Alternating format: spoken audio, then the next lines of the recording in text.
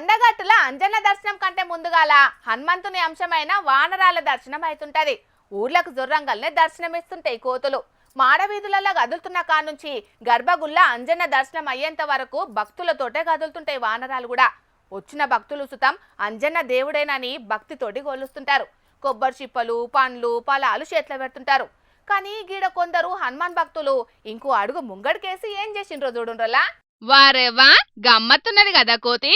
కోతమ్మ ఒక అప్పడం వేసుకోరాదు, నాల్కకు కొత్త రుచి తలిగినట్టయితది. కొండగట్టు కాడ హనుమాన్ భక్తులు భిక్ష చేస్తుంటే మనుషులకు తీసిపోకుండా బంతిలా కూస్తున్నది గీ వానరం. ఏనైనా కోతిని చూస్తేనే నరమానవులు జంకుతారు, దూరం కొడతారు. ఇక కోతులను మందిలో కూసబెట్టినా ఆగమాగం చేస్తుంటాయి. కానీ హనుమాన్ మాలలున్నారు కాబట్టి వాళ్ళు జంకకుంటేనే పక్క పొంటి కూసబెట్టుకున్నారు.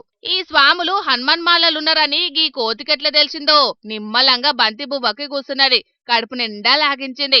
అంజన్నలు వీడియో తీసుకొని ఇంటర్నెట్ లిస్ట్ పెడితే భక్తికున్న పవర్ గసుంటిదని మస్తు ప్రౌడ్ గా ఫీల్ కాబట్టిండ్రు భక్త జనాలు.